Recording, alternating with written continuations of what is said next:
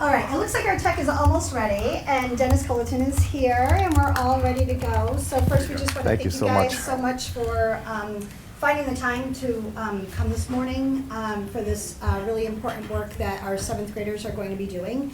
And I think, Dennis, you're going to start according to our agenda. Sure. So Dennis Cullerton from the, we should probably do introductions. We should introduce everyone, and then I Yeah. think we were going to talk a little bit about how this project came about, because I'm sure you're questioning, why is there a math teacher here amongst us? And so, but I'm Tracy Bradshaw. I'm the 7th grade math teacher, fan of history, community member. I've lived in Long Meadow for almost 30 years. Both children have gone through the system, and that's me. JR? J.R. Golan, I teach 7th grade social studies at Williams Middle School. That's it. I go. Oh, you're a town resident, too? Yeah, I Yes. live in town. Yeah. I've been teaching here, this is 28 years 28. now. But I've always enjoyed history, everything we do. Been to Boston, Philadelphia, Valley Forge. It's all part of my history nerddom. And Brody will be one of our researchers. He better be. So 7th grader, so. Oh, excellent, yeah, excellent. 7th grader will be part of our researchers. Yeah, he doesn't have a choice. It's awesome. I'm Cara Crandall. I'm the 7th grade English teacher over at Glenbrook. I take a really humanities approach to teaching English language arts and work closely with my colleague John Wills in the social studies department. So we do a lot around human rights and social justice in our curriculum at Glenbrook. So I'm really happy to be a part of this. Thank you. I'm Scott McKinley. I'm the librarian at Glenbrook and Williams. So I work with the teachers at both schools around research assignments and skills. So this is going to fit in nicely to that, the kind of work I do. Excellent.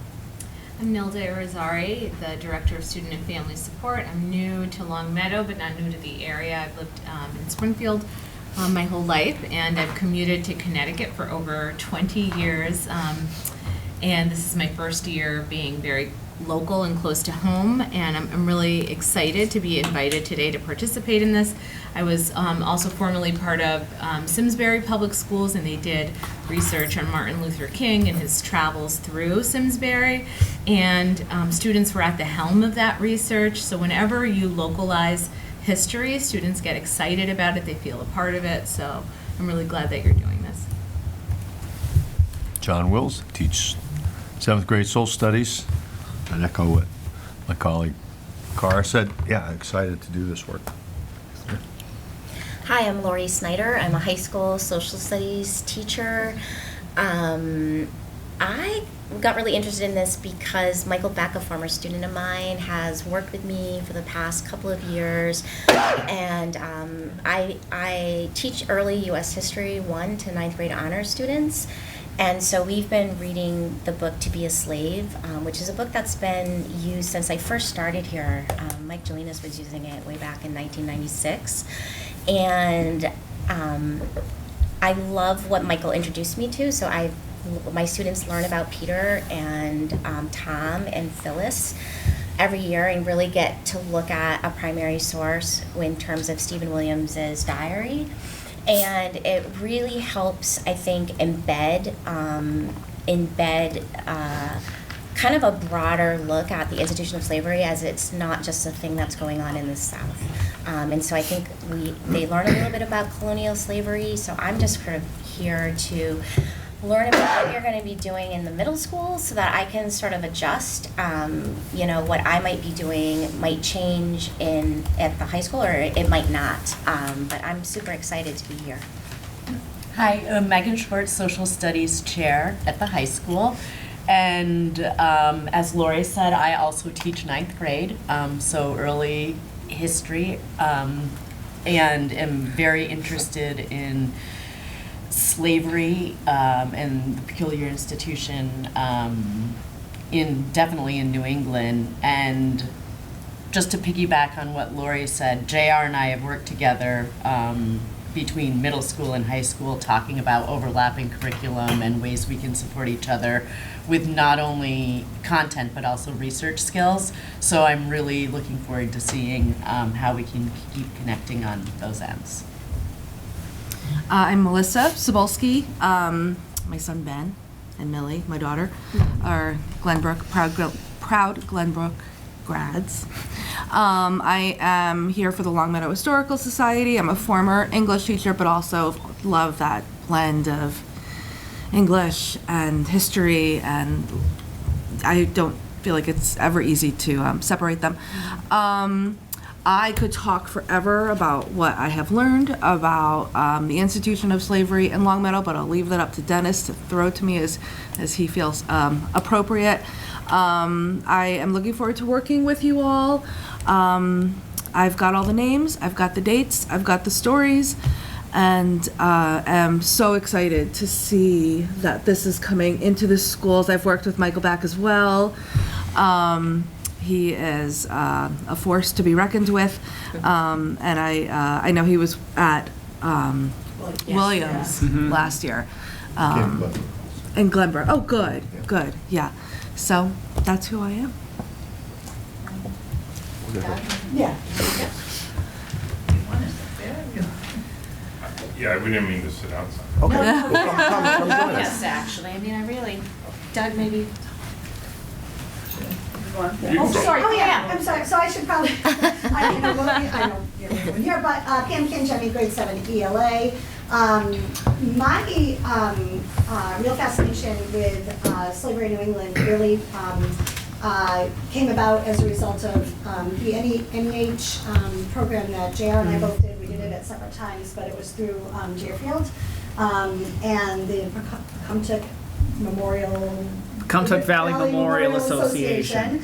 And that was a 1-week seminar. I think it was Yes. 1 week. Yeah, 1-week seminar that we did, like I said, separately, but really about the history of enslaved people here in New England. And it was really an eye-opener for me. It became an important part of my curriculum, and JR and I, like Cara and John, work very closely together. And our work as Williams Middle School teachers also culminates in a visit to the town green, where we have been working with Marika for many years now, and that's probably a nice segue to Marika. So I'm Marika Burt and live in town. My grandson who came through Williams not too many years ago, he's a senior at Westfield State, some of you may know him. As Tracy pointed out, he's 14th generation Burt in town. So the Burts settled town. They had big roots here. So how did we get into the witness stone business? There were some of us, well, Pam, our previous pastor, had a sermon one time that was really quite cemetery related to the fact that there were probably slaves that were buried there. So that surfaced a bunch of interest in the congregation about enslaved people. And then we had the COVID come, and there were some of us from the social justice team that attended a Zoom class on reparations that was presented, that was coordinated out of Amherst. So we had to do a lot of reading and, a lot of discussion about enslaved people, because I think there's still many, many people who think that enslavement didn't happen in New England. So it was, was good to have that reinforced, that in fact we had slaves. And then we had to come to terms with the fact, we from First Church had to come to terms with the fact that our first pastor, in fact, enslaved people, which is somewhat of an embarrassment. So after the course is done, what are we going to do with this information, and how are we going to recognize this? So the first reaction was, oh, we'll hang a painting in the church about. It didn't sit right with me, you know, and then a quilt didn't sit right with me either. And then, but before that even, I went to the Historical Society, who knows everything about Long Meadow, and said, wait a minute, how about what's in the diaries? And as a result of that, Melissa put together a program, Say Their Names. And that made it very plain to our whole congregation how many people were enslaved by Stephen Williams and what their personalities were a little bit. So they came to life. To recognize that a painting wasn't going to do it and a quilt wasn't going to do it, I went back to Melissa and said, you know, what can we do to recognize this? And Melissa had heard about the witness stones. I said, sounds good to me. Got on the phone, talked to Dennis, had Dennis come to a meeting at First Church, which included Melissa, and our teachers who every spring were doing town history. So I said, want to come? And here we are. And I'm Doug Bixby. I'm the pastor at First Church now. It's always been my goal to be the longest serving pastor in each church I've served. Stephen Williams is there 65 years. 66. Our motto as a church is striving to be a church the world needs today. And so the themes of justice and inclusion and diversity are all very important to us. So this history is painful when you look at it, and our acknowledgement of it feels confessional in a lot of ways. This is also the deepest, most historic church I've ever served. So it's over 300 years old, and I realized, wow, our history is American history. You know, this is what American history looked like, and our first pastor happened to write it all down day to day. But it's amazing that people were reading his diaries for so many years and didn't notice. Yeah. You know what I mean? So there were parts of the history we plucked out and enjoyed, but then there's this part of the history that we weren't even admitting to. And so this just felt important for our church, living into our current priorities, to acknowledge our past before we can truly live into our future. And so it's really thrilling to do this with you, and the schools, and I'm so grateful for all the good work you've done, and meeting Dennis. And, we're looking forward to partnering together through it all. I'm Dennis Colleton. Until 2019, I was an 8th grade U.S. history teacher, and I always loved to teach from where I was at. But when my own children got old enough and they didn't need me to drive them to soccer camp in the summer, I started really diving into the local library, which had a local history room, which was filled with documents. I lived in Guilford, Connecticut, was founded in 1639 by people directly from England. So a lot of Connecticut was founded by people who went down the river from this area, but directly from England, and they always thought a lot of themselves, so they kept track of things. So maybe like Reverend Williams. And I was going to documents, and I loved telling the story. Harriet Beecher Stowe's mother and father both grew up in Guilford. And when Harriet's mother and father left Long Island, which was his first parish, they went up to Litchfield, Connecticut, and there Harriet's mother died of what they called consumption in those days, but tuberculosis.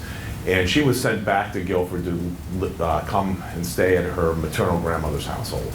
And there, she talks about how when she was up in Litchfield, she was like the 5th of 6 children at the time, and she was always like the last one to get the bread bowl, and the last one to get any soup, and there was never anything in the soup by the time she got her scoop, and how she was always treated like the little one. But when she went to Guilford, she was excited because her Aunt Hattie, her namesake, always made sure that Harvey the Bound Boy and Black Dinah knew their place kind of behind her, that she was treated better than them because they were just a help.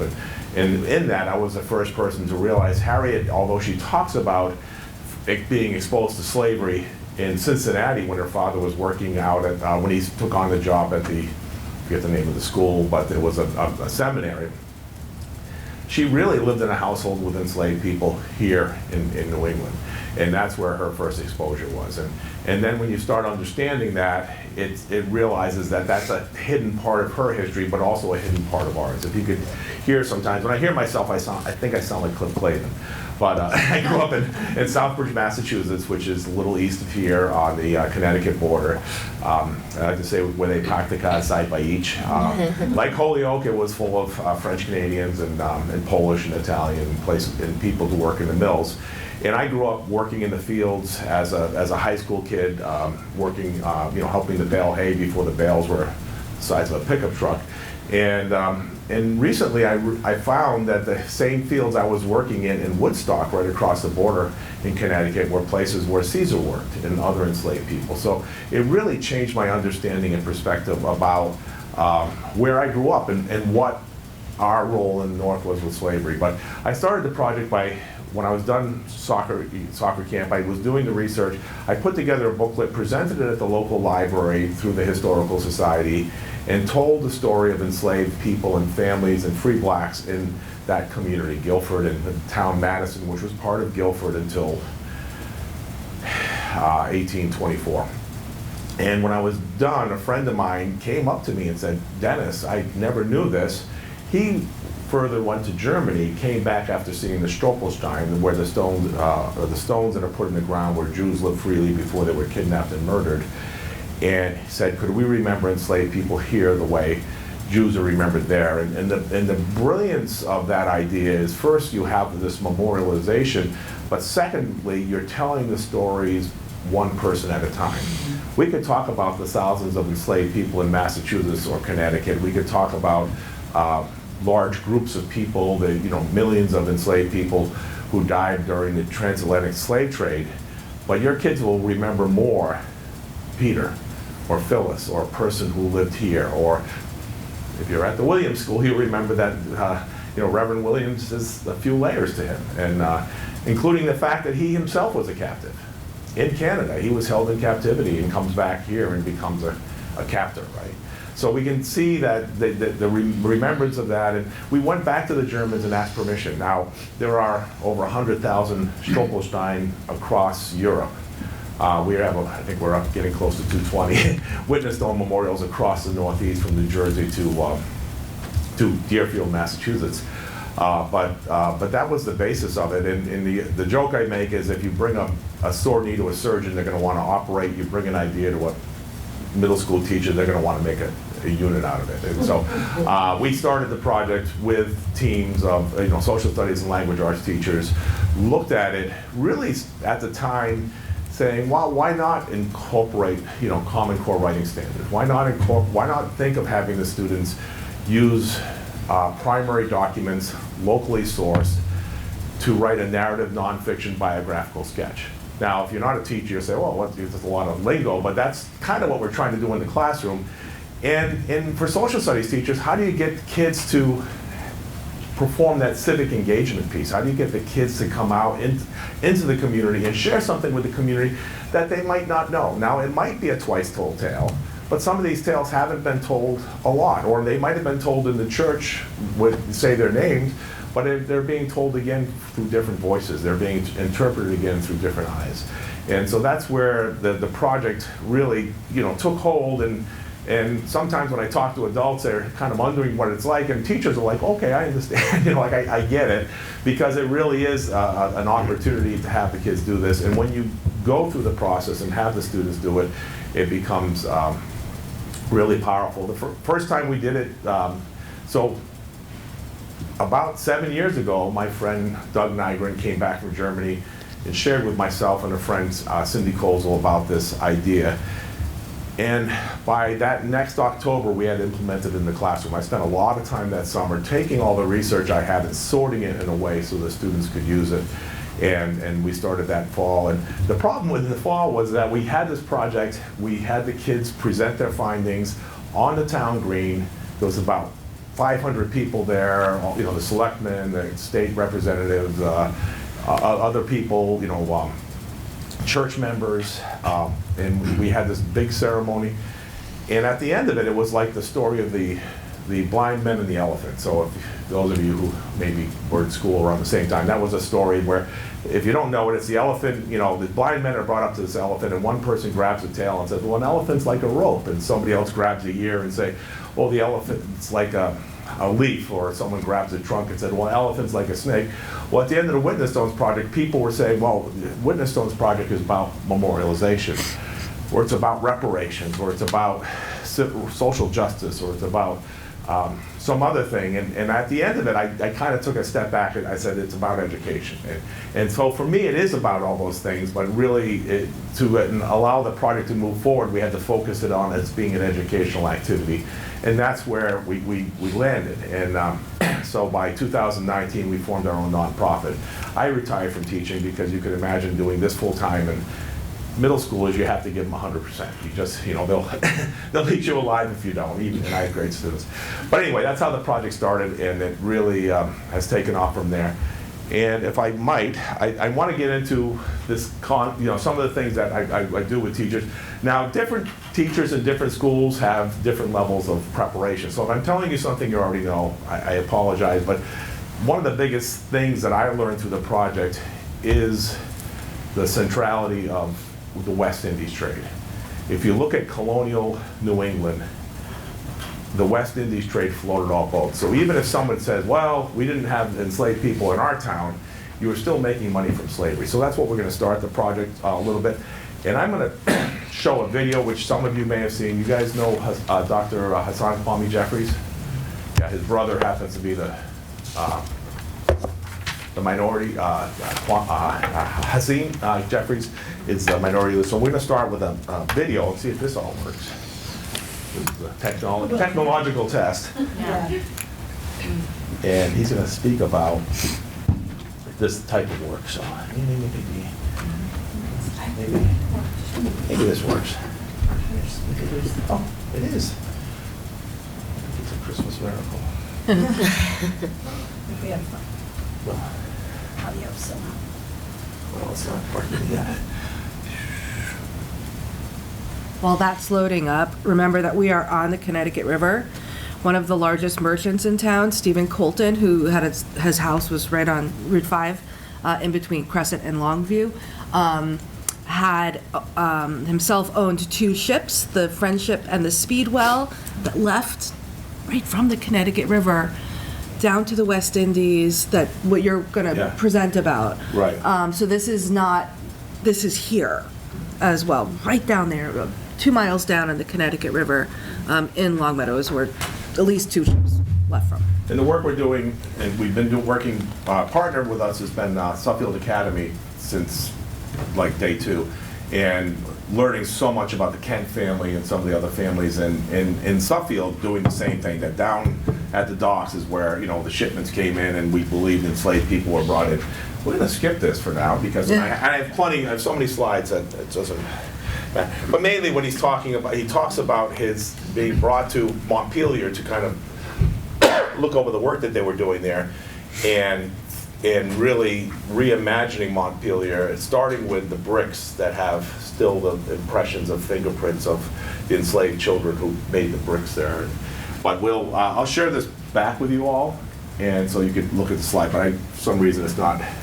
Tracy did just go to get Adam again. Okay. So we'll keep up fingers crossed. We don't ever really use this room Yeah, ourselves. this is usually my bathroom break time. Oh, yeah. There must have been many. Do this. Okay, because I was wondering. 'cause Yeah, my and sister Speedwell lives as there. well, yeah. And for those of you who are going to be there tonight, you can take a nap when no, it's going to be a lot of the same presentation. A little different. Yeah, I'm actually going to take off, but we have a program tonight at 7 o'clock at the church, to which parents and anybody's welcome to join us. So, but thanks again for what you're doing. It's really great. And through the efforts of Tracy and Pam, this is funded through the Mass Humanities. So now I can say that Mass Humanities has given us more funding than Connecticut Humanities, which is really not that good. Maybe tech, maybe? Well, if you want to see it, I have an embedded slide, and it's, I'll just go back, and you can just see it.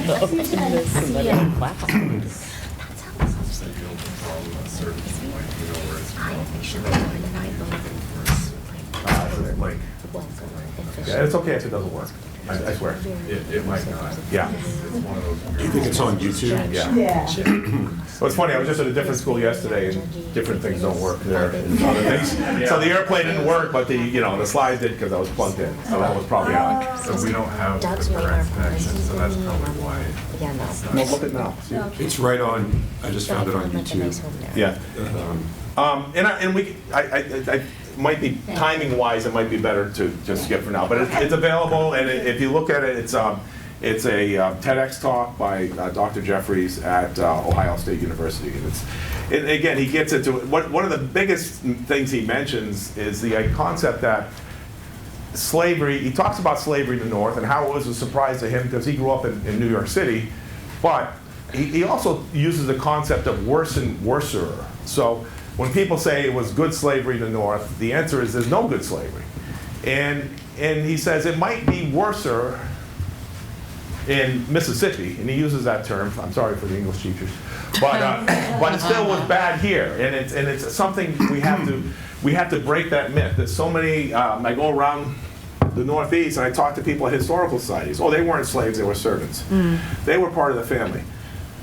Then why does it show the children of this woman as mixed race? And why are these children being sold away from their parents? And why, when an enslaved person does something, in the project we did in Hartford, the woman was arrested for fornication, for having mixed race children. The men who raped her paid a fine, and she was flogged because she couldn't afford the fine.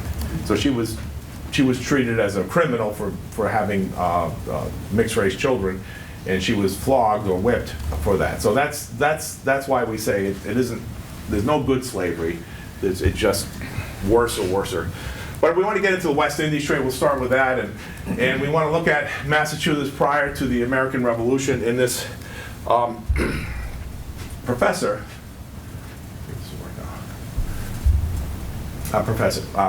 So Dr. Eric Bartholomew Kimball, he evaluated the customs reports from the New England. So he did different places, but in Massachusetts, the customs reports were in Salem and Marblehead, the customs house, and in Boston, and looking at what was being sent from New England to the West Indies. So some of these things we might understand.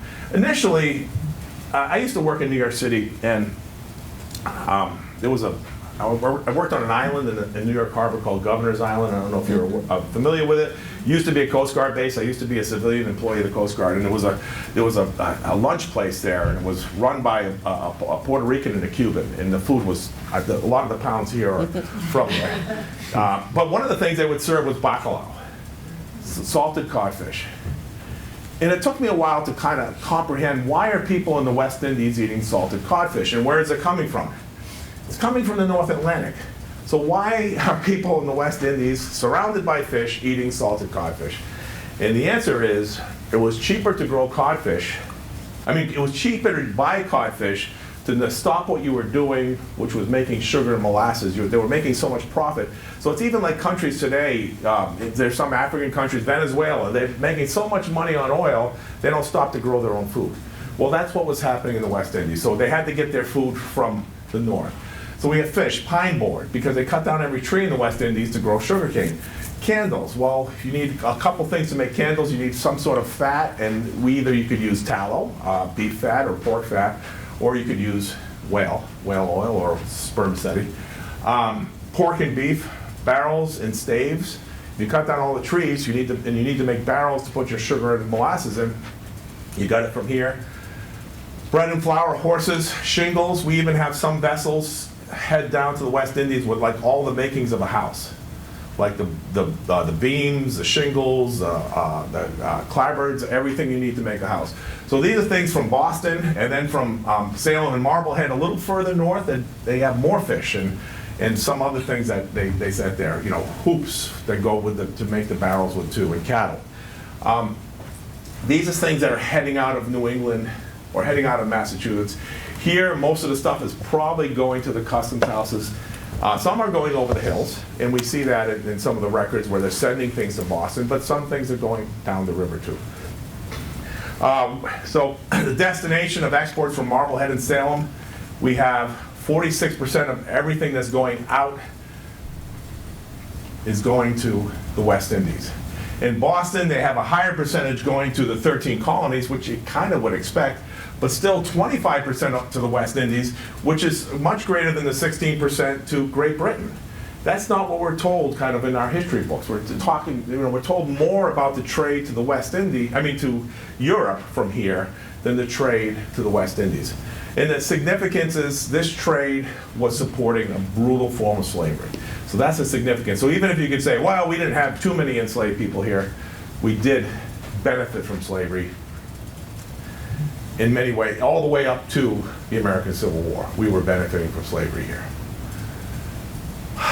Destination from Massachusetts, if you average everything, 32%, 1/3 of the stuff from Massachusetts was going to the West Indies, and then the rest was coastal. The bigger number is the coastal trade. So these are just numbers to help us see the centrality of the West Indies trade. If we look in Connecticut, it's even more. So in Connecticut, 3 out of every 4 horses to the West Indies came from Connecticut. They sent sheep for food and dung. 4.5, and this is just over a 4-year period, 4.5 million pounds of beef and pork.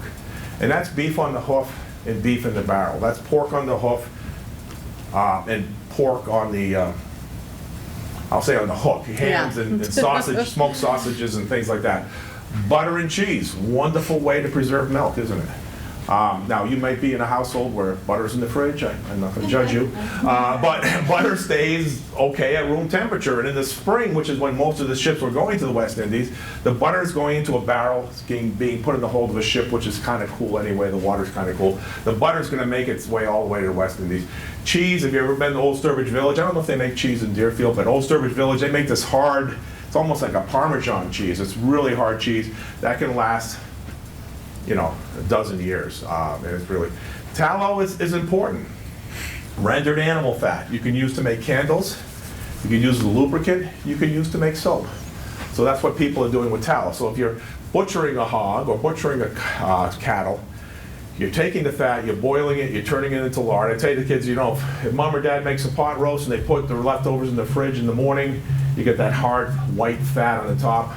And back in the day, before they made it illegal, people used to cook with lard, right? Tallow. Then now we use hydrogenized oil, which is seed oil, which is much worse for us. But so we can see the numbers are very similar. But what's coming into Connecticut again? Up the Connecticut River, 1.5 million pounds of brown sugar, over 500,000 gallons of molasses. I'll say only 1,300 gallons of rum. That's not a lot of rum, considering how much people drank rum in those days. Anybody know why the amount of rum is so lower than you would expect, or I would expect? Because even the sailors were paid in rum. Anybody guess what was going on? Yeah, we were making rum here, right? And some of that rum we were adding to our iron tools and our weapons and bringing to Africa to trade for enslaved people. So we were making the rum here. This might have just been for the crews that were coming up and down. And then over almost 500,000 pounds of salt. Why do we need so much salt here? I think especially here. Where's the closest place to get salt? Probably from here. Where could you make salt around? Anybody know where you make salt from? Yeah, the ocean. And there's not an ocean close to us. So Long Island Sound, they were making salt. But if you ever go swimming in Long Island and you get a mouthful of water, if you're down in Fairfield County, I don't suggest it, but closer to New York City. But even where I live in Waterford, Connecticut. The water isn't that salty. You go to Misquamicut or Watch Hill or out to the Cape and you get a mouthful of water. It's salty. So we need salt, but we need the salt for The codfish, right? But we need it for hams. And when I was a kid working in those fields where Caesar worked, the cows had salt licks. Why do you want the cows to lick salt? So they drink more water, make more milk. So we need that for lots of things. It's one of the best preservatives in the world. And that's why salt really, I think there's a book on that. There's a book on cod, there's a book on salt. There's books to tell you, how important these things are. Well, so getting salt back up here allowed us to send things that were preserved back down there. So 54% of all tonnage in New Haven Harbor was from the West Indies, and 46% of all tonnage to New London was from the West Indies. So we could see, again, the centrality of that. New London was so busy from the West Indies, they had a French consulate for the French sugar, the French sugar islands were sending things back and forth there, and there was a pretty good sized French community there. Mostly Huguenots, but I don't hold it against them. I'm French Canadian. So. My aunt was up at Montmarie. Anybody, up in Holyoke, Chicopee, Montmarie, and she was a nurse at Elms, or used to be Our Lady of Elms, right? So she went to there was a French convent there, and there was an Irish convent up in Holyoke back in the day. We had a lot of books on slavery that were written. There's this book is Complicity. Some of you might have seen it back in the day, about 20 years ago. It came out in the Hartford Courant, and it was really the Hartford Courant was asked to look at, were the insurance companies involved with slavery? And the answer is yes. And then when they started looking, these three authors, Ann Farrell, Joel Lang, and Jennifer Frank, the answer was, and everybody else. And everybody else. So that was an important book. It's readable for like high school level. It's kind of written at that Hartford Courant level. So it's a good book to get you facts. It talks about the North, little Connecticut centric. This book I picked up on Long Island. Eastern Long Island was part of New England for a while, and slavery there looked very similar to here. And there's a story about the Sylvester Manor. If you ever get to go all the way to the kind of in the middle of the fork, there's a place called Shelter Island, and for hundreds of years there were enslaved Indians, Africans, and the people who owned the place.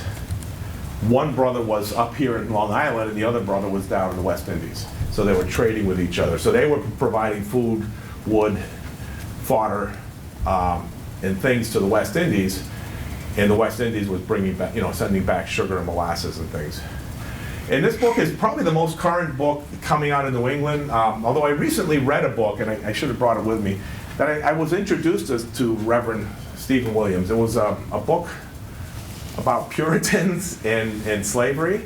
And I was looking for stuff about Jonathan Edwards and Joseph Bellamy, who were two of the lights of the Great Awakening, and I tripped over Stephen Williams and his work. So I'll bring that back the next time, and you'll see it. But anyway, but she wrote this book about Rhode Island and slavery. If you know about Rhode Island, two things about slavery which are very important. One is they had plantations. They had big plantations there, mostly doing animal husbandry, growing horses, sheep, cattle, and sending them to the West Indies. If you go there today, it's by URI. These big fields, these big open fields with these big stone walls, and that's where families owned hundreds and sometimes thousands of acres and dozens of enslaved people. But Newport and Bristol were the centers of the slave trade during the colonial period. So before the American Revolution, Newport and Bristol were two of the main places. If you go to Newport today, the big houses up on the cliff walk. There's also big colonial houses down by the water on the Narragansett Bay side. And those are the big houses where the ship's captains and merchants and traders lived and benefited and made a boatload of money sending ships to Africa from there. It seems funny, but just like New London sent more ships to Europe than New Haven. Just being that much closer, what is it, 35 miles closer, but also being closer to the open ocean. There's some interesting stuff. I was reading, a friend of ours was doing research, and he was talking about a ship leaving Essex going to the West Indies, and it took a week for the ship to get over the sandbars in Old Saybrook. So it's some of the things we don't think about, how these ports. So yeah, so even though here was a port and Hartford was a port and Middletown was a port, there was a barrier to get from the ocean, and also you're going against the current oftentimes too. But these are examples, just showing you some examples of what it would look like, a ship going to the West Indies. This is a guy named Eli Foote. He was a lawyer before the American Revolution, sided with the crown, and after the Revolution became a traitor. He wasn't allowed to get away. One of the things he had, this is Harriet's grandfather, he was Anglican, or later on Episcopalian. The Anglicans, Episcopalians, oftentimes were the loyalists here in New England. They were already making money. They were the conservatives. They were making money under the crown. They were happy with the crown, so they were going to stick with it. But Eli, people got along with him after. But he's sending stuff to the West Indies, and he's sending it on consignment. It is as if he's bringing stuff in, offering to pay the owners of these properties, and then trying to make as much money as he can trading. And this is what I got this at the Stowe Center, Harriet Beecher Stowe Center, there in Hartford. And it's not showing up so well, but I'll just read a few things to you. It's like 6.5 bushels of potatoes of Sam Elliott, and he's paying 6 shillings and 6 pence for it. So he's hoping to make more money selling that. We have bushels of oats. We have to one of Silas Benton's oxen, and that's worth 6 pounds, 10 shilling. So he's listing who owns the properties. He's trying to sell these properties as he's going to the West Indies, and he's not stopping at one port. He's going from one port to the next to the next. So you think of the next, during the early American period, the Connecticut traders. Connecticut's would fill a cart with stuff from here, go down south, and go from town to town selling. And some places they had tinkers, go from town to town trying to sell their tinware. So this is what they're doing. They're going and selling stuff. And of course, on here they have 10.5 quarts of rum for people loading the ship. So they have rum here and 8 gallons of rum probably to lubricate the crew on the trip there and back. But we can see how the way people are doing it. And so we just wanted to prove out that West Indies trade, because I was never taught that. I went through 12 years of Massachusetts schools. I got 4 years at UMass, a couple of years at Quinnipiac getting my master's in teaching, and I never learned any of this West Indies or how important it was. And even when you go to towns today, they'll have a sign. Oh, this town was, Clinton, Connecticut. In Connecticut, we don't say Clinton, we say Clinton. So Clinton, Connecticut, they have a sign saying, oh, this was, vibrant West Indies trade or something, never mentioning what they were kind of doing. But here's an example of when we were looking for enslaved people and how slavery started. African slavery started here in Massachusetts. There's this guy named John Winthrop. Sometimes we call him John Winthrop the Elder. He was one of the founders of Massachusetts, and his son John the Younger was one of the founders of Connecticut, or helped bring Connecticut together because it was two different colonies at one time. And he talks about the Pequot War, and he says, here our men gat some booty of kettles, trays, wampum, and women and children were divided, some sent to Connecticut and some to Massachusetts. So after the Pequot War, they killed a lot of the men. A lot of the men escaped, took the women, and handed them off to people almost as prizes of the war. Like you're going to have this enslaved woman, you're going to have that enslaved woman, and they were in the household. And then it says, the women which were brought home reported that we had slain all 13 sachems and that there were 13 more left. We had now slain and taken in about all 700 Pequots. We sent 15 boys and 2 women to Bermuda by Mr. Pierce, but he, missing it, carried them to Providence Island. So he was sailing to Bermuda, didn't show up on his GPS, I guess, and he kept going to Providence Island, which was a big trading place for the British in the West Indies. And then later on, this is 1637, 1638, Mr. Pierce and the Salem ship Desire returned from the West Indies after 7th month. He had been at Providence, brought some cotton and tobacco and negroes, etc. from thence, and salt from the Tortugas. Dry fish and strong liquors are the only commodities for these parts. So he's saying, what will they buy from you? Dry fish and strong liquors. He met there 2 men of war and set forth by the lords, etc., provinces with letters of, I think it's letters of marque is what it should say. That was when you got permission from your crown to be a pirate against people from another crown. You get letters of marque. And who sent diverse prizes from the Spaniards and many Negroes. So he's saying, we sent down Indians and we brought back Negroes, is what they're saying here. So this is really the beginning of African slavery here in Massachusetts.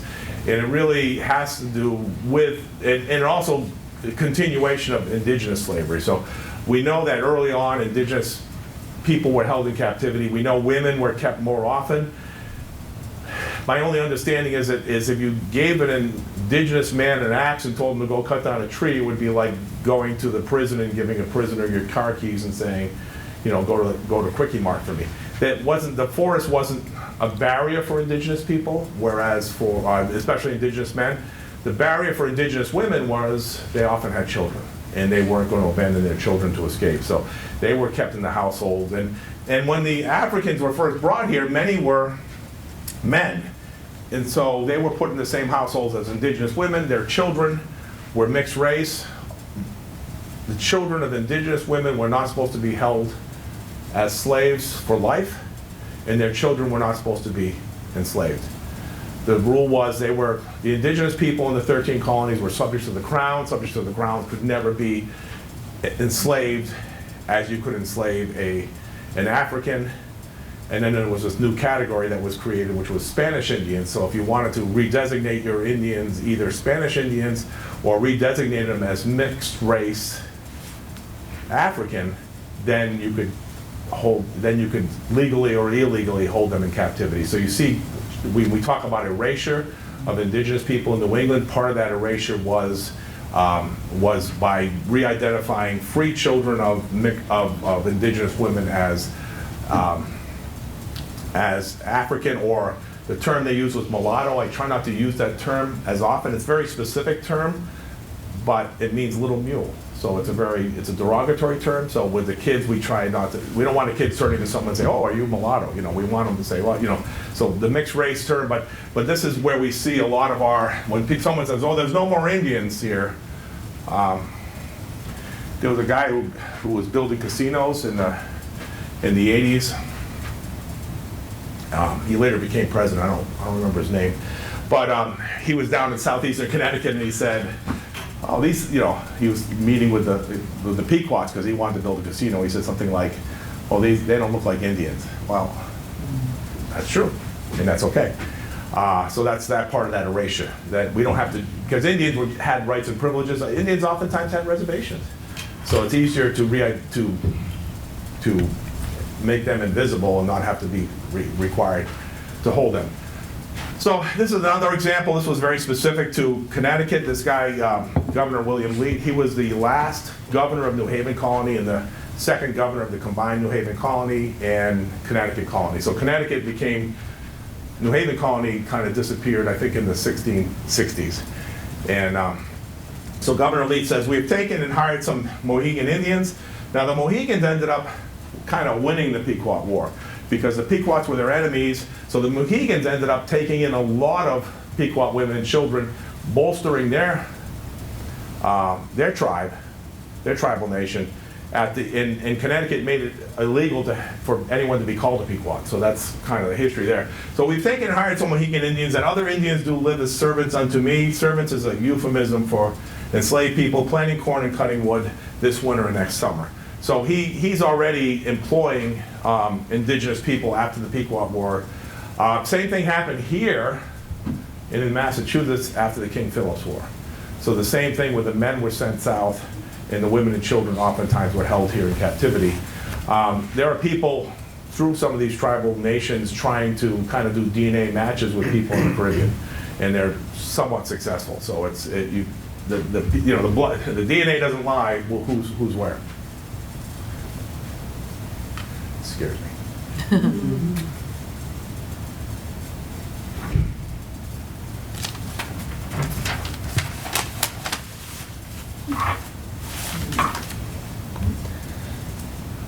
Doesn't like that page.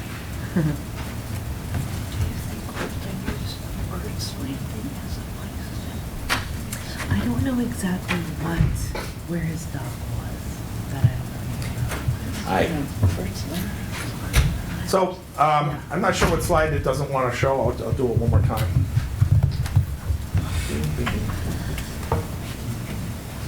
Doesn't want to do that slide. That's okay. It's okay. I'm an 8th grade teacher. I can make things up. I'll throw one little factoid in. Sure. Part of the work we want to do is looking at indigenous slavery in Longmeadow.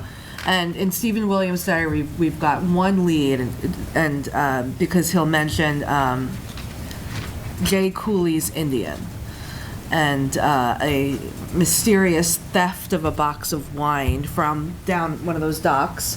Marika was asking me about Burt's Landing.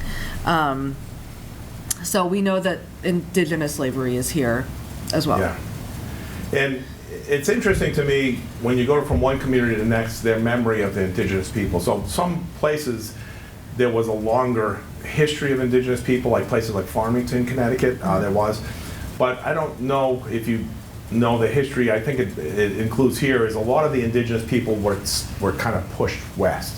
So a lot of the New England Indians ended up in Stockbridge, and there was Stephen Williams started it. Yeah, the Stockbridge and Jonathan School. Edwards was there too, right? Yeah. I think Jonathan Edwards said, so there was a place where they gathered indigenous people. Long before that, there was this guy named, is it Joseph or John Eliot? Joseph Eliot, who was the preacher to the Indians, and he had these praying towns. So Massachusetts had these praying towns, and they would, in a sense, try to gather Indians to these praying towns. I don't know that many in this area. I know like Webster had one, Woodstock had one. Woodstock was part of Massachusetts. And gather indigenous people, try to get them to settle, because the indigenous people would summer here and winter there, and they had fields there, and they were they weren't hunters and gatherers, but they had a different life than the colonists did. But after King Philip's War, these praying towns were demolished. Some of the tribes, especially like the Nipmunks and the Wampanoags and the Massasoits, were just decimated.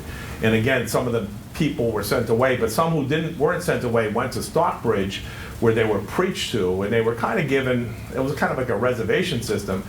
But then people wanted to land in Stockbridge, so they ended up in Oneida Country in New York. And everybody was happy there until they weren't anymore, and people wanted their land. So many New England indigenous people ended up in Wisconsin. So again, if you look at the DNA, if you're looking for Quinnipiac Indians, you're looking for some of the Mohegan Indians, the Niantic Indians, and others like that, and some of the Massachusetts Indians, they're up in Wisconsin. And it makes no sense except when you think about how greedy people were for land. And so wherever they got to a place, if the land was good, then somebody else wanted it. You want to say something? Or? Oh, yeah. Hello. Hello. Superintendent, I just wanted to say welcome, and I'm a former history teacher, so I'm also enjoying this beautiful day. Sure. Welcome to Longmeadow. I'm Dennis, and can I tell you a funny story from my childhood? Yeah. I don't know if it's just an Eastern Mass thing. Remember Bishop Flanagan? Bishop Flanagan and Cardinal Cushing from Massachusetts. Yeah. So, my mother was really religious, and she used to be at church like twice a day, whether she needed to or not. And Bishop Flanagan and Cardinal Cushing both were redheads. And my younger brother came out as a redhead, and my father used to say, coincidence? I think not. So anyway, that's a Central Mass story. That's from Worcester County. So hello, Dr. O'Shea. But you're way too young for that. No redheaded bishops in my childhood. Okay, good. Well, it was always a question. Anyway, but where do we find enslaved people? And I'd say go to Melissa. If you want to know who is here in Longmeadow, I did a panel discussion with Professor Miller. UMass, Dr. Miller? No, Clark, but he was a UMass guy. He has a. Oh, it was Maine Power Green? Yes. Yes. It was May Power Green, and he's like, there's so much research that's been done in the Connecticut River Valley on slavery. And he is so excited. I gave him your name to loop back with him. You probably already worked with him. But he was at UMass, and so much stuff is collected, but it's still hard to find and to put together stories like we try to do on enslaved people. We put together the information so your students can tell the story. But in here, we have Longmeadow, we have church records, and the church records have been scrutinized and reviewed, and you can find enslaved people. So you have Icus, Negro, and servant to Thomas Field, was admitted to the church in 1741. Caesar, Negro servant to Captain George Colton, was admitted in 1741. We find a lot of enslaved people admitted to the church in late 1730s, early 1740s, because you have to go back to Jonathan Edwards and George Whitefield and these preachers of this Great Awakening who said, you have all these people in your community that aren't church members. Everybody should be a church member. Instead of being restrictive, and that's why that was the Great Awakening, you should be including everyone. So if you're doing research, you kind of say, wow, look at all the enslaved people in the community in the 1740s. It isn't that there's more enslaved people, they're counted more. They show up in the records. We find in other places, this is in Gloucester, in their vital records, they put a page together of Negroes. And we look here, and some of them might be free, but if we look at, you say Caesar, son of Caesar and Flora, 1761. He was baptized in 1761. You might say, oh, they might be free, but then if you look up here, say Caesar is a servant of Elias Davis. So then you start to see that Caesar, servant of Elias Davis, and you have Caesar, who might be the same Caesar here, is the son of Tom and Dinah. And you start to look at these folks, but by looking at these records, you can begin to say, Cato, son of Titus, servant of Captain Sargent.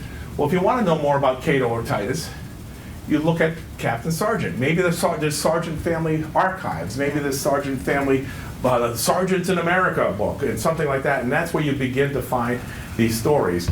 But we do have these records that are sitting there. Sometimes they're sitting on a shelf and nobody looks at it. Sometimes they're in a really old book, like you have right there, which is diary or of Reverend Stephen Williams. Sometimes it's somebody else. Maybe it's Jonathan Edwards writing to Stephen Williams, and his letter is extant. We have when we're looking at Reverend Joseph Bellamy, who taught Jonathan Stephen's son in Bethlehem, Connecticut. They're writing letters back and forth, sometimes discussing their enslaved people. That's where we find the evidence. And it's some towns and some places are easier than others. I'll just say in Connecticut, in the 1930s, the head of the state library asked all the congregational churches to send their records up to Hartford. They indexed them all by last name and date. And then our friends at Ancestry uploaded it and digitized it. So you can literally, if you were looking for Cato, you could maybe find him if you're looking at Cato in Gloucester County. In Connecticut, you can look for a Caesar in Guilford, Connecticut, and it'll show up in the vital records or the church records because it's all been digitized on Ancestry. So I'll just say Ancestry allowed our project to continue during COVID because we could do so much of the research online. Connecticut's also digitized, or Ancestry's also uploaded and digitized the probate records. They haven't transcribed them, that's Right. our job, but they have the probate records all online, and it's just amazing to be able to find things that we used to have to go to individual town probate courts to find that information.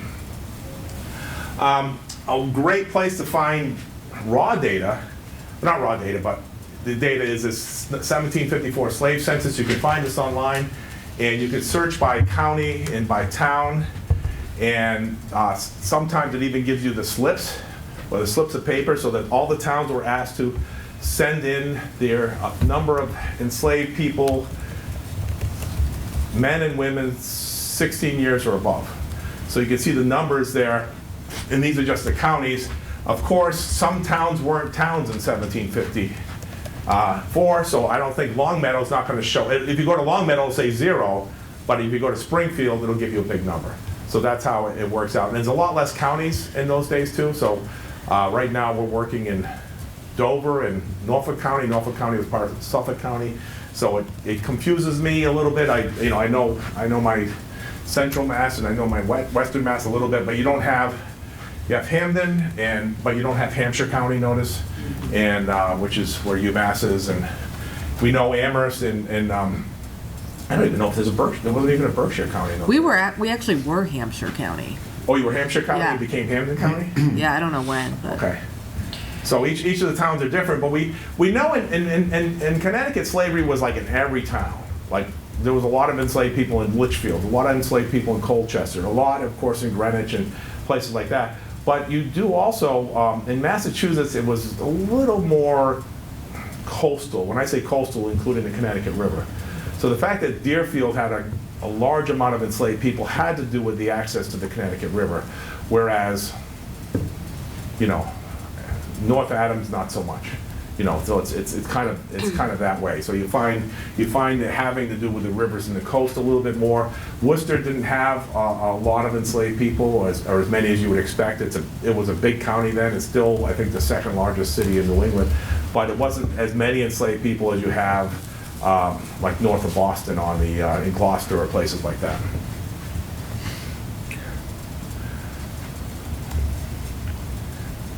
Okay. See, I keep wondering what I'm missing. That's okay.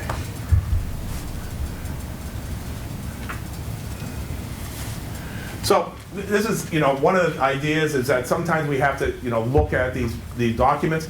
We have what we'll say they're kind of secondary documents. So Lyman Beecher, Harriet Beecher Stowe's father, he was interviewed kind of for his autobiography. So he's speaking, but he's being interviewed by his kids, and there's a lot of letters in there. And it's a really interesting autobiography. He talks about lots of things that help us understand kind of New England at that place and time. But his daughter is interviewing him for his autobiography, and she says, and he had said something like, if we had, when they taxed us during the Revolution, people got beat up. Like, they had to give them sides of beef and stuff like that. And he said, we made it okay, but we would have gotten destroyed if we owned enslaved people, because enslaved people, for many people, were the next most valuable thing after their real property, their houses, their barns, their land. Enslaved people was the next thing that was valuable to them. So he said, if we owned enslaved people, we would have been beaten up by the taxes. So Harriet said, were there not some who held slaves where you were at? And he goes, oh yeah, a few. So this is during the time of the Revolution. Darb the fiddler was a slave, belonged to old Mr. Ben Rossiter. Darb came in one evening, played dancing tunes after I was abed. There were about a dozen slaves in North Guilford, but slavery was very lenient. Now, we read across the grain there. We know Lyman Beecher saying that. We don't have to accept that as factually true because we know better, but it's also important, but I do want to know about Darb. So we're extracting good information from here, even though some of it's with a grain of salt. I think Reverend Williams is pretty frank. He doesn't sugarcoat it too much. He might use terms like I had to be strict with her, and strict might have included a whip or a crop or something, but he doesn't sugarcoat things. He doesn't kind of pretend he's being nice when he isn't. He lets people know when he's not being nice. He went on to say, old priest Fowler's Moses was quite the man of business, sent Johnny Fowler to college, paid the bills, managed a farm, rung the church bell, and was a factotum. He lived a slave because he was a king. So when I first read these last 3 lines threw me for a loop. I'm like, what is slavery in New England? What is slavery in Connecticut when Moses was a businessman? We have the records that John Fowler, son of Reverend Amos Fowler, went to Yale University, so he helped pay his Yale tuition, paid the bills, managed a farm. So that means he knows numbers. He knows he can add and subtract and things like that. Rang the church bell was a factotum. I had to look that up. That means jack of all trades. And he lived a slave because he was king. In Connecticut and parts of eastern Massachusetts, in Rhode Island, we had slave kings and governors. And there was like almost a formal position in society. And so the fact that Moses was a slave king means that within the confines of slavery, he, in a sense, maximized what he was able to do. It also our board chair is related to Moses. So Pat, who's going to come visit you guys, is I think that's her 5th grade uncle. And when I first told her this part, he remained a slave because he was king. And my interpretation initially was, life was probably better for him as a slave king than it was as a free black in that community. Because being a free black in Connecticut during the time or right after the Revolution wasn't necessarily the best thing in the suburbs. She said, and immediately she goes, no, freedom's always better. And so we talked about it for a while, and I'm probably leaning a little closer to her, and she's probably leaning a little closer to me now. The thing is that later on in life, you can see through primary documents, through wills and anecdotes, that Moses lived, ended up, wasn't ever freed, but lived in Johnny Fowler's household to his death.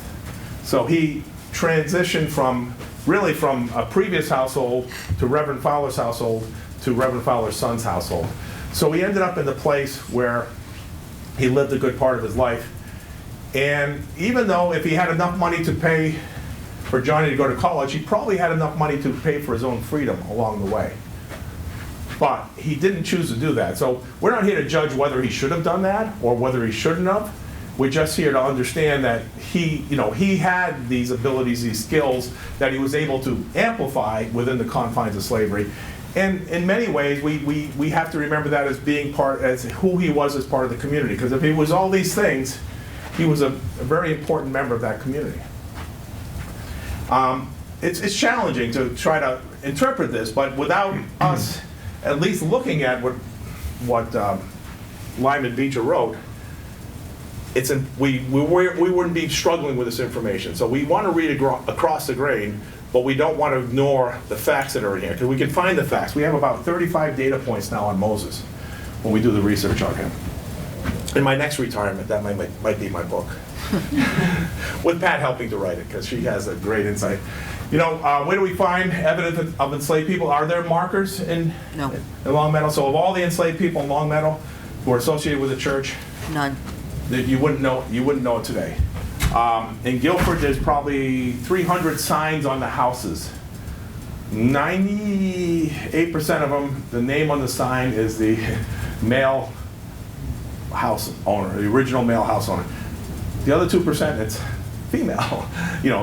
Occasionally it's Widow Smith's house or something like that, but mostly. But in Guilford, there are two markers for 2 different men named Shem. This marker is right next to Deacon Simeon Chittenden and his wife, Submit. Isn't that a good name for a wife? Submit? Submit Chittenden. And they have similar carved, but their stones are like this high and his stone's this high. But at least there's a stone. And Shem, there's another Shem, there's a stone, and he served in the French and Indian War. So we have these stones, but very rarely do you find it. Here in Greenwich, we have 2 stones for Candace Bush and Hester Mead. Hester was Candace's daughter. She ended up having some level of success in her life. So when she died, she put her stone up for herself. This is like 1860, and for her mother. So she was one of the last enslaved women in Greenwich. She ended up making enough money that she was able to remember not only her, have her own stone, but her mother's stone too. Occasionally we have street names. Sometimes we want to change the names because they're not good. So while we're doing the project, someone noticed on the in the town library, they have the old, you probably have one from Long Meadow, what the streets names were in the 1860s or something like that. Well, one was N-Word Lane. So they erased it, and now it's called North Fair Street. That's the good news. The bad news is we don't remember there were people of color in that part of town. If you go to Guilford today, you wouldn't remember there were people of color anywhere. In Milford, they did a better job. They renamed the pond Walker Pond. He was the first black minister in Milford, so that's a good way of doing it. And there's other ways of doing it, but we have to remember there's like erasure as well as other things we're doing when we change the names, but we want to be polite. For instance, the term squaw is sometimes considered very derogatory today, even though there was a term squaw sachem, which was a kind of a woman leader. So I have a friend of mine who works in Maine with the state of Maine, going to find places that have derogatory names and trying to rename them. So some states are more active about it. Some states are, maybe a lot of places here have already done this work individually, but there are states that are going through and trying to rename places. But it's also important to remember, this was a form of northern segregation, right? This was the place where African Americans were allowed to swim. And most towns have one of those places, and maybe they might have changed names. I'm going to take a little bit of break in a minute. One of the things we want to understand is that when we're looking at the records, if you're reading from white owners and white preachers and oftentimes white historians, just to take a half a step back, about 100 to 130, 40 years ago, people started writing books like The History of Longmeadow, or The Old Families of Longmeadow, or Longmeadow Back in the Day books. And they were written by wonderful historians, but they wanted to tell you the story of Longmeadow before my people came here, before the Irish and the French came here, before the Polish and the Jews came here, before the Italians came here, and before other people who aren't like the founders came here. So in a town like this, people wanted to remember when the Burkes were running the show.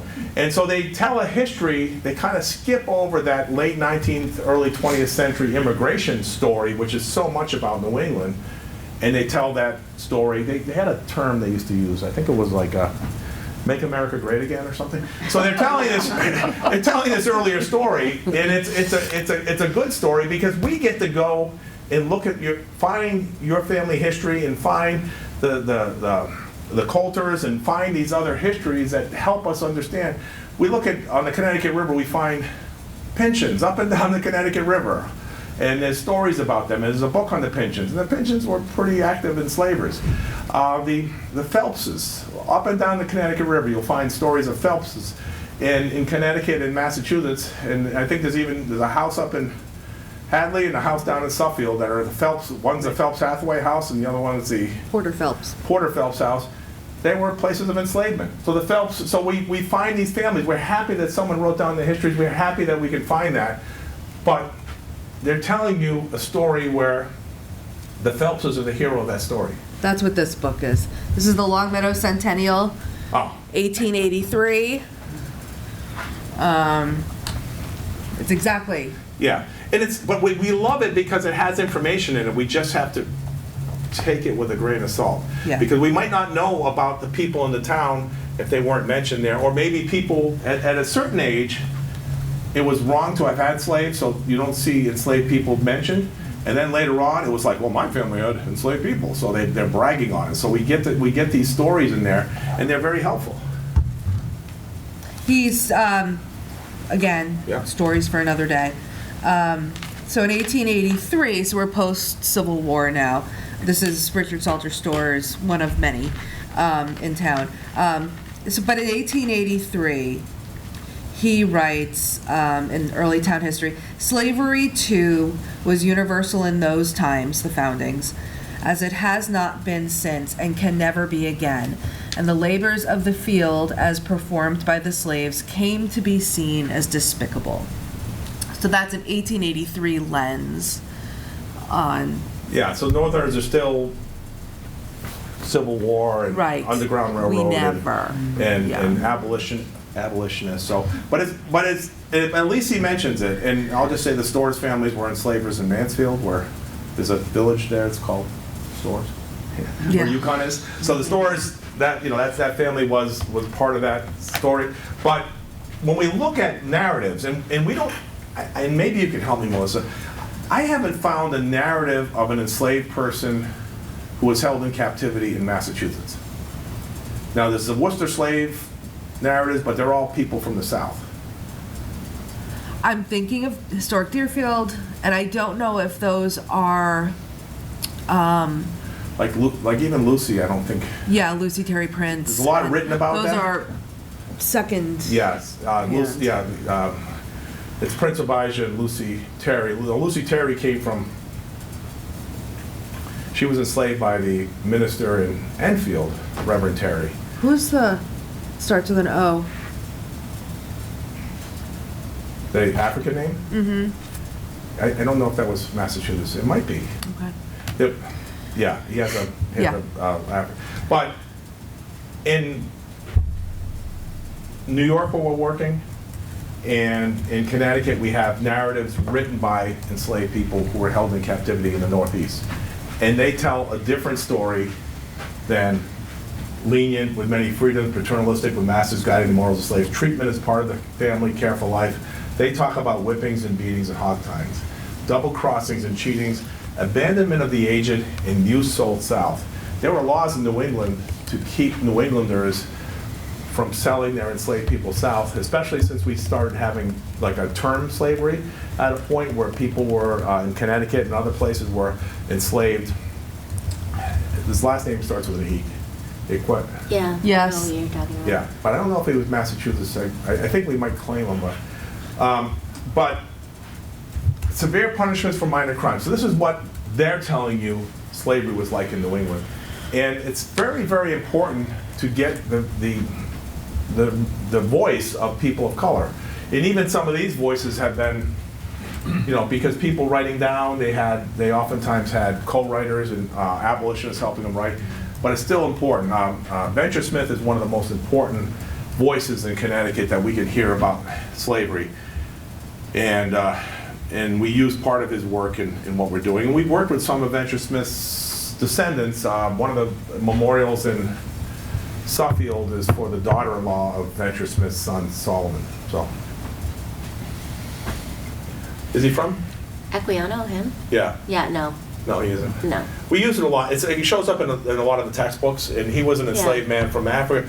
And if I'm not mistaken, you know, one of the things, I have a friend who works at UNC Greensboro, and she worked for the Smithsonian. One of her specialties, because one of the myths was, well, enslaved people, they came here, you know, it's like we captured them from the jungles, brought them here, they had no culture, no religion, no nothing. And she's finding, or she's found and amplified evidence of enslaved people in West Africa who were Muslim and who brought some of their faith with them, and how important that was to them. And we don't amplify it. We still have this myth what's a English tabla? They came as a blank slate, and they didn't come as blank. You know, enslaved people came here with culture. They came here with.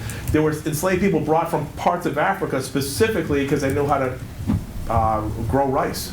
So they were brought to like South Carolina. So we see these things that we don't amplify because we don't want to amplify the enslaved people, because otherwise that would make slavery wrong. And we don't, in our American history, want to say, you know, Stephen Williams was wrong. You know, we have enslavers say, well, you know, he guided them and he helped them. There's a story in Madison where the minister rescued this family that were abandoned after their ship crashed off the coast of Connecticut. It would be as if somebody rescued a car carrier full of Mercedes and brought them to your house because you wanted to rescue them. The value of enslaved people was so high. None of these fall off the turnip truck stories and none of these rescue stories make any sense at all, because the people were so valuable. Can I just Yeah. say, I think what you're saying is that a lot of these stories that are missing humanize these enslaved people, and there are, for centuries, been forces at work that have wanted to not humanize them. Continue to not. Yeah. Yes, thank you. And we're going to get into the 5 themes later. And I should have said this earlier. Our project's mission is to restore the history and honor the humanity of enslaved individuals who helped build our communities. That's our mission. And we use these documents and try to wring out the humanity, try to find the agency and resistance, because that's when people start to say, we are them or they are us. And that's hard. There are people today who still say, it wasn't wrong then. And that bothers me a lot, because it was always wrong. And someone will say, but it was legal. And I said, well, when I was growing up, it wasn't illegal for my neighbor to beat his wife. and you see her with a black eye coming, you know, bringing the kids out to the bus. It wasn't illegal, but it was always wrong. And my father knew it was wrong. He never, ever, ever touched my mother. It was always wrong. In Connecticut, it's legal to take your rent money or your mortgage money and go to the casino and spend every single penny of it. But it's morally wrong. And we need our kids to understand the big difference between something being illegal and being wrong. This was always, but I'll tell you, I've met people from churches who say, well, everybody did it. Everybody was wrong. Now, and everybody didn't do it. There was always somebody who didn't. And there's one family in Connecticut, Governor Lee's family, from that document, they settled in 1639. I have never found another Leet in all the records I looked at that enslaved anyone. But the Chittendens, every generation they were enslavers. So there are the Phelpses, every generation there's enslavers. So there's right and wrong. The Stevenses, you know, you could go around Connecticut and tell the story of slavery by looking at Reverend Stevens' brothers and sons, you know, and looking at the Williams family. You could go around Connecticut, and some of them have some really interesting names, but you could tell the story of slavery in Connecticut just looking at the Williams family, because so many of them settled in Connecticut and became pastors, like Stores, and I just tripped over one of the sons in Woodstock. These are enslavers, but that idea, if we want to tell the story and not diminish the folks, then we need to, we can't say they were treating another human being this way, and you can't treat somebody inhumanely, or hopefully you can't sleep while treating someone inhumanely. And I tell my students, I said, when I started teaching, I was told, well, that kid's as dumb as an ox. So since they're dumb as an ox, I'm not required to teach them. I can't, it's not my duty to teach an ox. And I say to the kids, and every once in a while you would go home and say, my teacher's a witch, and maybe you use the B letter instead. So if she's not a human, then you don't have to learn from her. So you relieve yourself of that responsibility. I'll go back, and I'm trying not to get too political, but there was a president recently who said everybody crossing the border is a rapist, drug dealer, murderer, and gang member. And then we put their kids in cages. There was no, he told us what he was going to do. He told us that they weren't human, and so treating their children inhumanely wasn't a big leap, just like Goebbels and Hitler. It wasn't a big leap after they used all that propaganda against the Jews that they started to murder them. So that dehumanizing is so powerful. We have to continue to talk to our kids about it today. In Guilford, we say, well, what do you think about those kids at the soccer team in Madison? Oh, they cheat, they're this or that. And I said, you know something?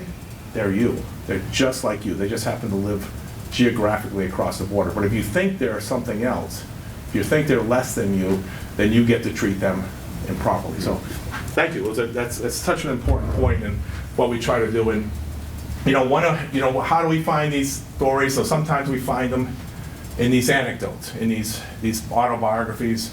Sometimes we have the books like you have there, Yesteryears of Longmeadow or something, and we find stories. But you know something? There's stories in there that we can use to tell bigger stories. This is from the Mass Historical Society. It's the Emancipation of Adam. There's records that are sitting there.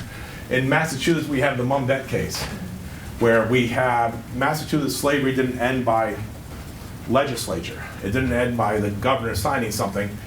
It ended because the court said we will no longer defend slavery in the courts after the Massachusetts state constitution was approved during the American Revolution. So slavery fizzled out. There are people who can tell you that I can show you where slavery is continuing in Massachusetts after 1783, but that's how it fizzled out. So we find different places.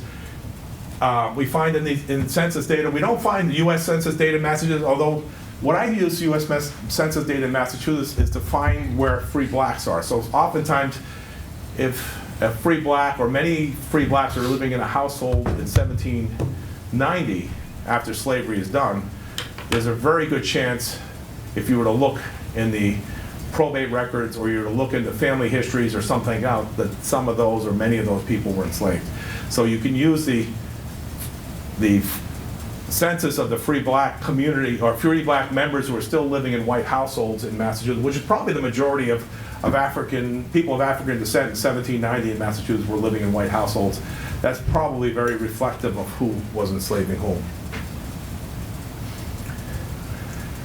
This is almost time for the break. See, we're getting there. So slavery and erasure, disremembering American history. If slavery was critical to development of our country, if slavery shaped the beliefs about race in our country, it still shapes beliefs about race. If slavery was and is the main cause of the Civil War, if the enslaved resisted their bonds and still contributed to the growth of our country, how can we remember and restore the history of the enslaved? So that's really what we're trying to do, is how do we push against that? And I came up with a new group of ideas that I grew up in Massachusetts believing slavery was in the South, segregation was in the South, racism was in the South, and they needed to fix it. So growing up in the 60s and 70s, we in Massachusetts, while people in Boston are tipping over buses, right? I don't know if you remember those stories, or I remember watching the evening news, and I remember going to boot camp in summer of 1976 and going down and being in a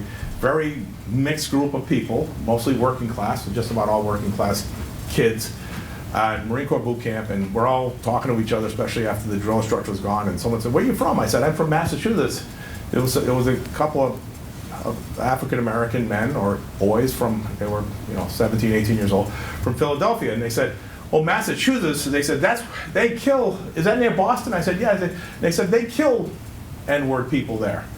And I'm sitting there saying, why does he think someone from Massachusetts is like the most racist people in the world? Well, because he watched the evening news, you know? So in Massachusetts, what if slavery started here? What if segregation is here? We can look around. What if racism is here? Whose job is it to fix? So I think my generation was probably the last who doesn't know lick about this. And hopefully you guys or the students you're teaching are going to know this stuff, and maybe they start to look at the world differently. Maybe they look at the Z word, right? Zoning differently. That's happening in Connecticut, really. You want to get people upset? Talk about affordable housing. People, they just turn purple. They get upset. Why? Because we got this stuff. We don't want to look at redlining. We don't want to look at why we got this stuff. We don't want to look at Pat Wilson-Phineas, our board chair, former commissioner of social services. Father was a Tuskegee Airman. He ended up getting a house in Ashford, Connecticut. If you know what that is, that's kind of before you hit Massachusetts on 84. The reason he was in Ashford is because he couldn't get a bank loan closer to where he worked because of redlining. He was a Tuskegee Airman. He fought in Korea, in World War II, Korea, and Vietnam. He was a lieutenant colonel. My father was a boatswain's mate, World War II. The reason we moved out of the three-decker, the family moved out of the three-deckers, he had the GI Bill.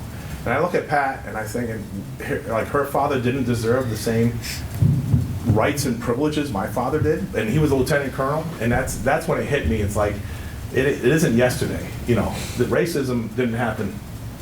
It's still living there today. And then our project is restore the history and honor the humanity and contributions of enslaved individuals. We do it through research, education, and civic engagement. Tonight's civic engagement, you guys are doing Melissa, and with her help, we're doing compiling the research. We don't ask the kids to do the research per se.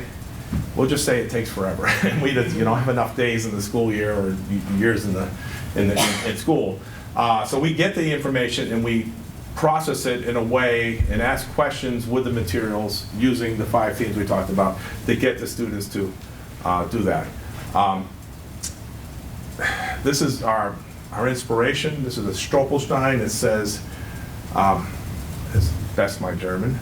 Here lived Max Werner, born in 1877, deported in 1942 to Theresienstadt, and in 1944 he was murdered in Auschwitz. There are like 100,000 of these across Europe. I know at least from Copenhagen to Rome. And if you go to Stolperstein, which means stumbling stones in German, and this is one, we're now making our lettering darker now, but this one says Pompey was, Is it carpenter? yes, he was a carpenter. We have a great anecdote about him telling his enslaver to go someplace. He was enslaved here. We have a date, circa date, because we don't know exactly when he was born. We do know he died in 1819, making him the last known slave in Guilford. So in Guilford, in the 1820 census, there were no enslaved people, but he was enslaved until 1819. And part of the reason is enslaved people were of a certain age when certain laws in Massachusetts were passed. They didn't get their freedom because the enslaver would be responsible for them in their old age. So they just kind of kept them on. Sometimes, you know, in families sometimes do that with your elderly relatives. Instead of sending them to assisted living, you say, well, we can't afford assisted living, but we can afford to keep you in the household. So hopefully there is a positive thing where someone's caring for someone in their old age. But Pompey is brother to Moses, we talked about earlier in this. So this was like we have this Adam and Eve family that we did. And how do we remember? We do through this is an example of the civic engagement. This is Montrose and Phyllis. They show up initially in the, we found them after the fact at the Mass Historical Society in the Hugh Hall account book. Hugh Hall was an importer of enslaved people. They were brought to Guilford by a fellow named David Naughty. Pat Wilson Phineas, our board chair, is the 9th generation descendant of them. So we have 11 generations of this family, which is very rare when you're researching African Americans. So we're going to take a little break here so I can get my throat back. And teaching's hard. I remember, I'm starting to remember, because I did this all day yesterday and today, and I remember September is how you go home and you'd be like, oh. Yes, a little bit. Thanks. Sure. Enslaved people painted the house black, so it's such a great story, but the person living there doesn't want us to tell it there, so we're having to avoid it. But we have another place to put the memorial, because the other place is where Dr. Joseph Pynchon lived, because he took these enslaved people on. Interesting. He took them as a pawn. So this enslaver pawned his enslaved people to his neighbor, so he could get some cash to fill his ship to go to the West Indies. So we can put the memorials. Sometimes we look at the alternate place to put the memorial, so we can tell the story, but it would be really cool to tell it in front of the Black House. I don't want to tell you too much more, because if you Google the Black House, you might find out who owns it. But we don't want to shame anyone either. So the question was, have we ever had people not want a Witness Stone memorial in front of their house? And the answer is we've had one person. I did have another example where at a museum where one of the board members was trying to get us to put the memorial behind the mailbox so you couldn't see it. And it's like, really? So the purpose of the stumbling stone is you want to stumble over it. And the witness stones, you want to bear witness to slavery. So, yeah. Yeah. Okay. We're going to get started, and we're going to try to break for however long at 12:30 so we can get lunch. We talked about dehumanization before, but we have these 5 themes we developed through the project. The 5 themes came as almost like, with the challenge of how do I make these documents accessible to students. How can you take a 4-page will and say to the students, find meaning in that, especially if they've never seen a will before? How do you take census data, probate inventory, church records, anecdotes? How do you do that? So we developed these 5 themes to look at slavery, and then someone later on said, you could almost modify these and look at women's rights or indigenous, treatment of indigenous. But the first, of course, is dehumanization. We can't treat someone less than human until we go through unless we're, I don't know what the right word is, evil. But we really have to, in our minds, make an argument that person deserves less treatment, less humane treatment. And we do that, as I said, teachers, when I first started, someone, that kid's dumb as an ox. Very early on, there was something called, when I started teaching, was No Child Left Behind. And a lot of people have made a lot of fun of that. But the concept behind No Child Left Behind, and I'm sure the guy's like, why are you touching the mic? The concept behind No Child Left Behind is that every child can learn. And if every child can learn, you can't stuff somebody in the special ed room and say, well, they're in special ed, or that kid has an IQ of blah, blah, blah, so you're okay. Just they'll sit in your room and twiddle their thumbs. Well, No Child Left Behind started measuring the success of those children and really changed the way teachers had to treat the children. And it sounds, a lot of people didn't like it, and I'm like, well, sometimes the measurement gives us values or numbers to do. But with humans, we have to, again, completely assess that and completely think about it. What happened in Israel and Palestine recently had a lot to do with dehumanization. The people on the other side of this border don't deserve to be treated as humans. And we're seeing it on both sides, and it's just awful.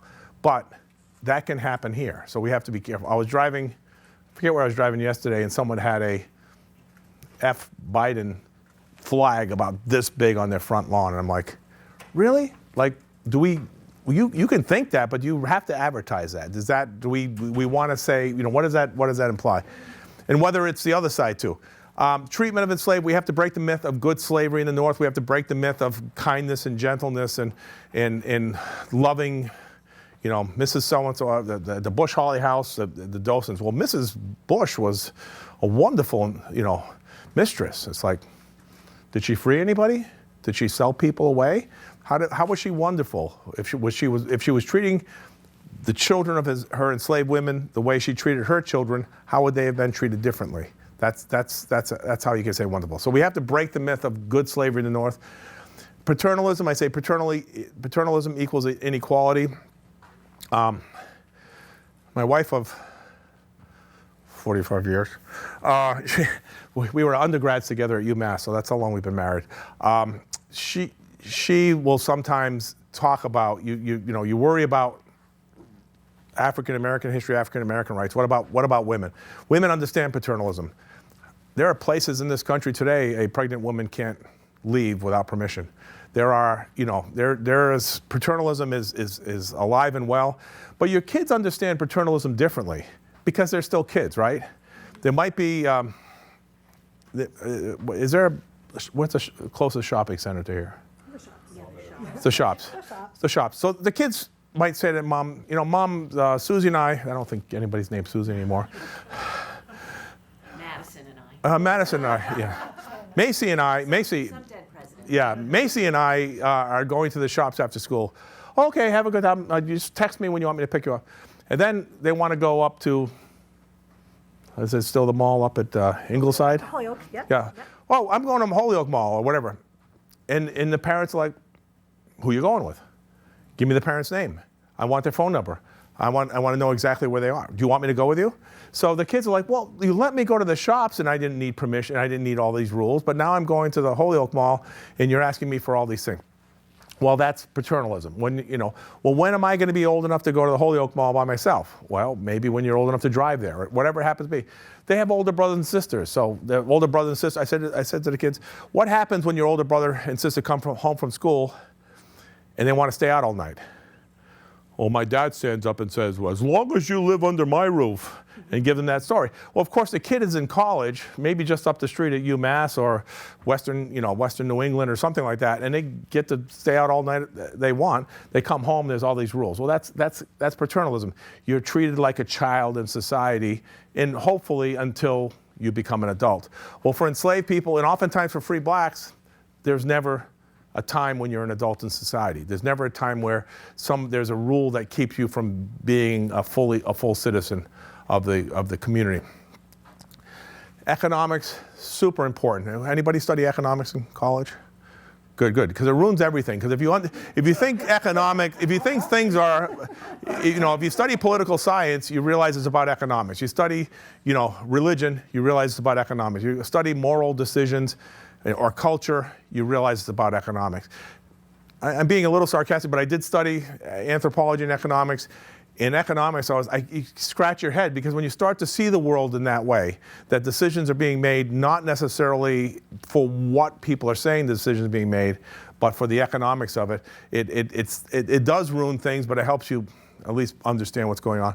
And most importantly, we look at agency and resistance. We're not here to judge somebody's agency, what decisions they make. If a person fought in the American Revolution to gain their freedom, wonderful, bless you. If a person fought on the side of the British to gain their freedom, wonderful. Those are both wonderful signs of agency. If you did everything you were supposed to do, and therefore your enslaver gave you your freedom, that's wonderful. If you ran away, that's wonderful too. Those are wonderful examples of agency and resistance, because we're not here to judge whether doing everything right to gain your freedom or the freedom of your family is, we're not here to say, well, that's wrong because you did what your enslaver wanted you to do. Not if you get your freedom, it isn't. We're not here to judge people's decision, but we're here to look at decisions that are made, because that's where we begin to understand the humanity of the person by these decisions they make. And for our students, and sometimes even for our students of color, it's the first time they see somebody who might have made a decision like they might have made. And it's the first time. We're not here to re-victimize enslaved people through this project. We're here to elevate their stories. So it's a challenge, because not every document allows us to do that. We're looking at Peter and Phyllis.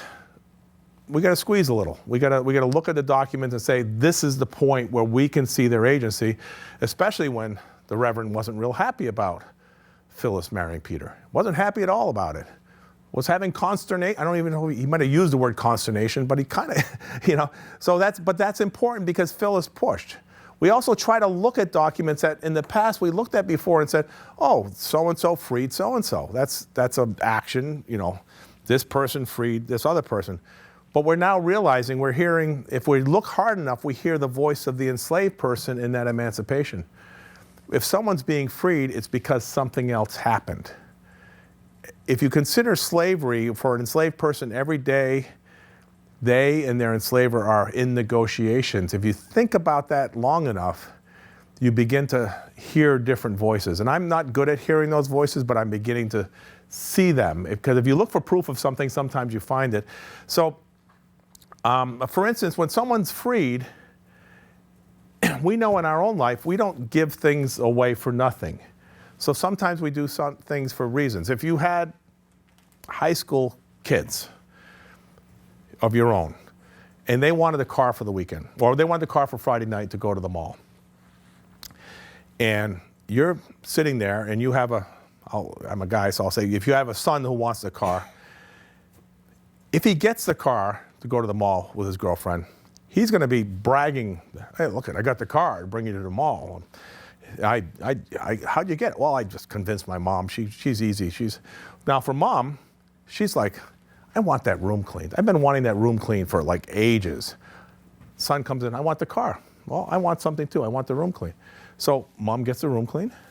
Son gets the car. When mom goes out for wine with her friends later that night, she goes, finally, pour me a glass of wine. Let's toast. I finally got my son to clean the room.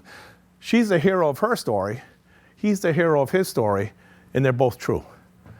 So for enslaved people, we hear the hero of the emancipation is somebody freeing somebody else, but we have to realize there was a negotiation. That person didn't free, Mr. Colton didn't free Pompey because probably out of the kindness of his heart. He probably did it because Pompey either made his life miserable enough or did something to make Mr. Colton free that person. So that's what we have to start looking at these documents in a different way and really reevaluating our perspective and our point of view. What if we try to take the point of view of the boy wanting to get the car? What if we take the perspective of an enslaved person trying to gain their freedom? What's happening? And I'll say that Christy Clark Bajara, who wrote the book about dark work about slavery in Rhode Island, she's the one that helped me. We co-presented in Rhode Island with the school there and helped me realize that. And when you start looking at it, that's when things start to make sense. If everything is a quid pro quo, if every relationship has a give and take, start looking for the actions of the enslaved person, and you're going to end up with a different perspective of what's going on. It's not always easy to find, because remember, the people who are enslaving people want to have an excuse to do it. So they want to say the people we're enslaving need me to be paternalistic. They need me to treat them as children and to be in control of their lives. So they're not going to mostly brag on the agency of the person that they're holding in captivity. But we can see, even I think with Phyllis, that over time, what Reverend Williams writes about her,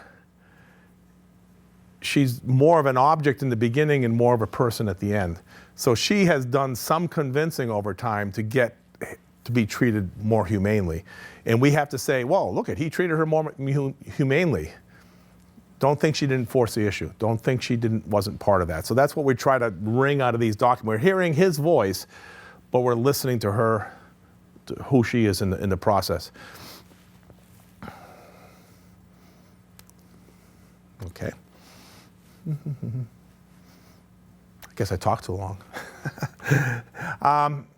You know, and this is just an example of you know, dehumanization. We see enslaved people treated as property. I love this example of, it's a sad example, but this is that same Moses we talked about before. Moses was held in captivity by Mrs. Naughty.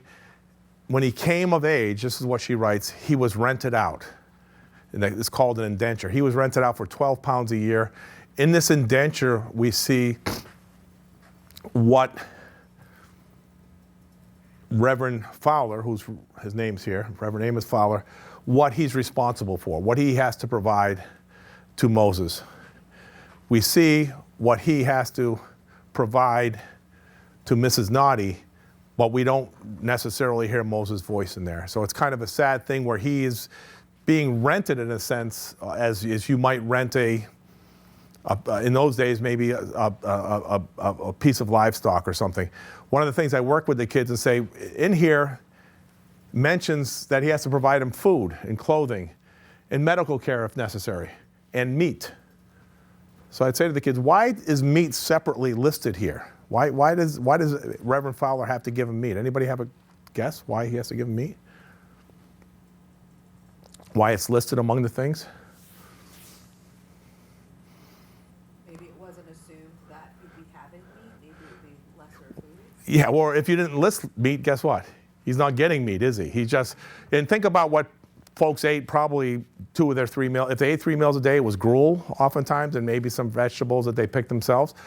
But in other words, if meat's not listed, he's not getting meat. And so, but we can see this rental, and it doesn't, you know, so the relationship is between Reverend Fowler and Mrs. Naughty, and Moses is not he doesn't seem to be an actor in it, but that's the dehumanization of it, is that Moses isn't given a choice. It doesn't say, you have to keep Moses satisfied, or this is a term for Moses, or anything else. It is like, I'm going to rent him out for the, for it ends up being, she rents him till when she dies, and then she gives him away. We see enslaved people. People could talk wonderful things about enslaved people in their will. Sometimes, I care for this and that, but they're listed among the livestock often as pieces of property. So society, or the institution of our government institutions, will look at a document and say, this enslaved person is a piece of property, not as a human being. So you can write nice things about that, but it's like, how was he treated? He's treated as a piece of property. And we have other examples of that. Oftentimes enslaved people in these church records and other records are not even listed by name. It just says Negro boy or Negro girl. They'll list the name of the enslaver, but not the name of the enslaved person. So, which is sad to me on a death record of some adult not even being listed by name, that it's not, what was it, a little extra, in these small towns, is it a little extra flip of the pen? So. Can I, since we're right here, Yeah. can I just read 2 Sure. sentences? This is Stephen Williams' will, where he's leaving 2 of his enslaved, his last 2, Phyllis and Peter. And it's exactly what you just said. It's very kind language. And then look what follows. My mind and will is that my sons John and Samuel do take care of and provide for Phyllis Negro what is proper and needful and comfortable for her for as long as she lives, and in consideration thereof I do give to my said sons John and Samuel their heirs and assigns my Negro servant Peter. To John and Samuel I say in equal proportion, that is, one shall have one half and the other half of right or interest in him. And then the next item, I give and bequeath to my sons John and Samuel all my flock of horses, cattle, sheep, and hogs, and husbandry utensils. Yeah, so even though Phyllis is treated, we could say humanely, you have to take care of her, Peter is like, it's not the Peter This is a different Peter. Too many Peters in Long Meadow.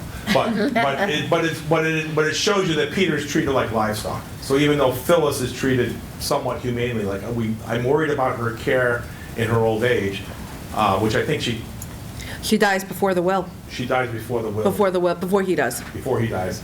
So he's worried about her. Peter, not so much. You each get half, whatever that means in practicality. We do find enslaved people split between the heirs sometimes. Again, treatment of enslaved. What do we? We find different documents. This struck me when I first found this at the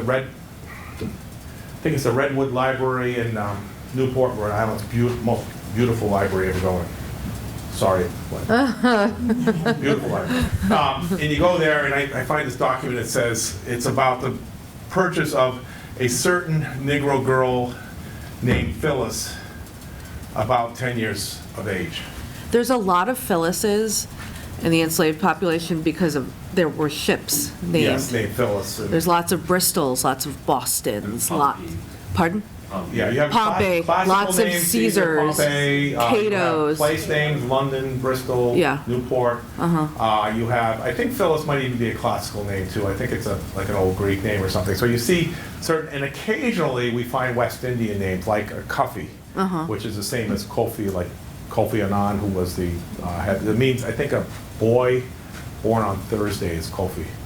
So you see some names, Cujo, and some. We have a West African. Scipio. I saw you had a Scipio up there. Yeah, so these names are similar. But this document, it's Phyllis, about 10 years of age. And I'm thinking, at the time I think I found this document, my daughter was maybe 13 or 14. And I have a classroom full of, 12 or 13-year-olds in front of me. And I'm thinking, this girl may have been bought or captured in Africa, brought to the West Indies, brought to Newport, Rhode Island, and then being purchased by this old white guy and being brought to Connecticut. And it's terror. In my mind, it would be terror and trauma and terror for this girl. Not even if anything else untoward happened to her.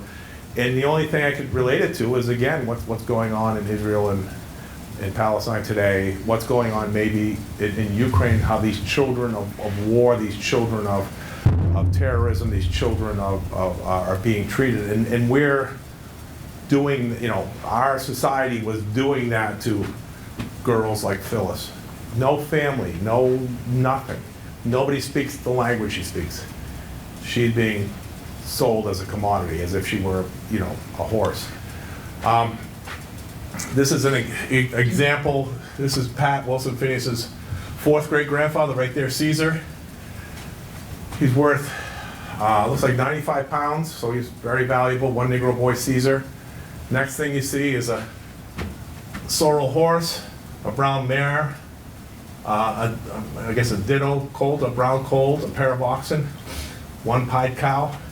He's listed among the things in the barn, things in the field. Caesar's listed among people. Again, these hit me, how you could say what you want about Caesar in the will, but how is he treated in reality? We have something like this of Boca, who was a Carolina Indian, who was, because he was an Indian, he was not enslaved for life, but he was indentured. He was 25 years old and indentured for 80 years. So clearly meeting the letter of the law, but certainly not the spirit. So we can see these poor treatment of enslaved people and how the laws are sometimes stretched and Plus, when we find in these narratives like Venture Smith double crossings, he's hogtied and whipped because his wife was being hit with a crop for spilling some milk, and he kept her enslaver from continuing to whip her with a crop, and he broke the crop and threw it in the fire. Later on, he was hogtied and whipped for that, for defending his wife. Paternalism, we see other records of paternalism. We'll see some of that with Reverend Williams. He looks at Phyllis as being able to control as an adult woman. Upset, she has a child out of wedlock, upset about that, but not wanting her to marry. It's, that paternalism is a strange thing. Sometimes we see it in different ways. Economics, we can see how economics affects things. In Connecticut, we had a law in 1792 saying if you had an enslaved person, they would be 25 and 45, and they were of good health, and they pass a physical by 3 men in your community, you can free them and not be responsible for them in their old age. So we see that the 1792 law is important, but in Massachusetts, we see that probably the thing that ended slavery was the threat of suing somebody for back labor if they kept enslaved people after the court cases had occurred. So you could say, I was being held in captivity, my labor has this value. So it really ended up being an economic decision. It wasn't really a fight. I think there was some quiet slavery after 1783, and we have some of the things where people are kept in the household where they belonged. Other states, it was really strange. They compensated families for, it's some strange laws that as they were trying to end slavery, they were saying the women of these enslaved women, their children would not be enslaved, but the state ended up paying people to keep the children of enslaved women, and it ended up being this major, in some states, I think it was in New Jersey, a major transfer of money to enslavers to do that. We know in this country the only time the government was involved with reparations is when the U.S. government paid slave owners in District of Columbia to free their slaves. So the only reparations that ever occurred in this country were to white people and slave owners. And finally, human agency. And we talk about agency and resistance. Agency, when we started the project, people said, why are you using that word? It's not a great word, but if you're doing psychology or social work or agency is a really important term. It really is that concept of you being able or control of your own life or making your own decisions. And it's really a hard thing for folks to we don't use it all the time, although I'm using it all the time now. But agency is so important that we see the humanity of enslaved people. And again, sometimes it's that running away is their agency. We have a story, a twice told tale in Connecticut of a man poisoning his enslaver. The story is that the enslaved man was supposed to be freed under the will of his enslaver. The nephew fought the will and ended up keeping this enslaved man, who turned around and tried to poison him. And that person ended up at the Old Newgate prison, the enslaved man, and ended up living to be about 100 years old. So the name of the book that is written about him is 100 Years in Captivity, about this man whose name just fails me, but who was enslaved. And looking back, we're saying, well, I understand now why he tried to poison his enslaver, but of course any resistance was held strongly. There's stories that we'll have in the Jigsaw activity about a similar story of poisoning in Boston, where I think poisoning in a fire, and then those people who were captured from that ended up, the woman was burned at the stake, burned alive, and the man was killed and put in a metal cage, and his body was in this metal cage at a street corner for about 20 years as a kind of a medieval torture / we'll let everybody know this is what happens if you try to kill your enslaver. And it's that I have that better fleshed out. But when I first read about that story, I'm thinking like Game of Thrones, or their heads on on the pikes at going out of town. Well, we did that in Connecticut. In New York City, many enslaved people were killed after an uprising there, and they were burned at the stake. So how do we treat enslaved people in the North? Well, those are examples of how we did that. And we don't have all the examples there, but we just know that they weren't burning white people at the stake at that time. A little earlier they were, with the witches and stuff, but after that time. So those are all tied to that. We also look for successes and contributions. I don't think we found descendants yet of Williams, people enslaved by the Williams family. That happens, and sometimes it happens like after the fact, where someone will hear about this project and say, oh, my family story is that we came from that. So we just recently were telling a story in Connecticut about Ham Primus, who was a descendant of Gad Asher, whose son ended up being a very important person in Hartford, and like the great-great-grandson of Holdridge Primus is now an editor for the Boston Globe, and he got in touch with us and came to Connecticut to look to see where his family lived as free blacks in Guilford. We find that some families already have that. Venture Smith's family already know who they are. Caesar Peters' family from Hebron already know who they are. But there's other folks who are beginning, like the Bush descendants of those enslaved by the Bush family in Greenwich have contacted us and said, we believe we're part of that story. So it happens sometimes, and we love to be able to tie these stories together. Theophilus was enslaved in Connecticut, and his wife Penelope Tantapen's an indigenous name. Their grandson fought for Alfred Niger was the last name, Niger, fought for black suffrage in Rhode Island. Private Henry Wright's a descendant of enslaved people in Connecticut. He fought and died in the American Civil War. So the grandson of enslaved people fought in the Civil War to free that. We have descendants of Montrose and Phyllis. Well, there's a Tuskegee Airman. There's a state representative and commissioner of social services. And so we have these stories that help us tell what happened later, or tell the rest of the story. Certainly part of what we're trying to do is to remember the story itself. If we can begin to see people of color in our history as contributors and people of action and people who built things and people who made different decisions, then we don't see people of color in our communities as the other anymore. We start to see them as us. It was hard growing up in New England sometimes because the stories of the past were told without my people in it.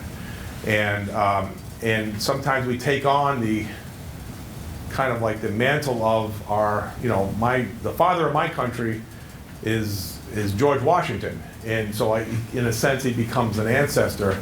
But what if we don't, if we start to have people of color as our cultural ancestors, as people who helped build our communities, then we begin to see things differently, and we begin not to think of people of color as strangers. And it's a really, really hard process, and I think today I'm realizing can never stop. We have to continually fight the dehumanization that happens, and hopefully this project helps us do that. When I closed my eyes as a kid, I thought about colonial Massachusetts, I might have thought of a couple indigenous people and a bunch of white people. Now, maybe your students will close their eyes and think of people of color who are living here too, and that's part of what we're aiming for.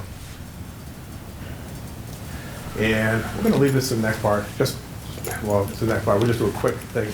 The other thing is we have to break these stories like slavery was okay.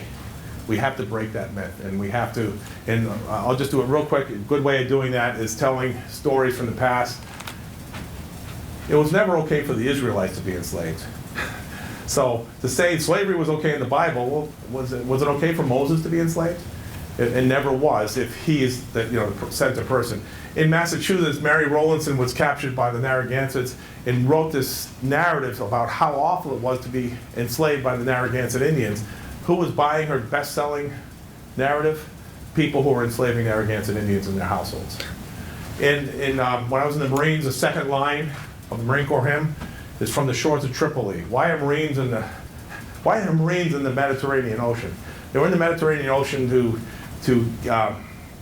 fight the North Africans who were capturing American merchantmen and holding them in captivity. So this guy, I'll read it from here, it's better. But this guy,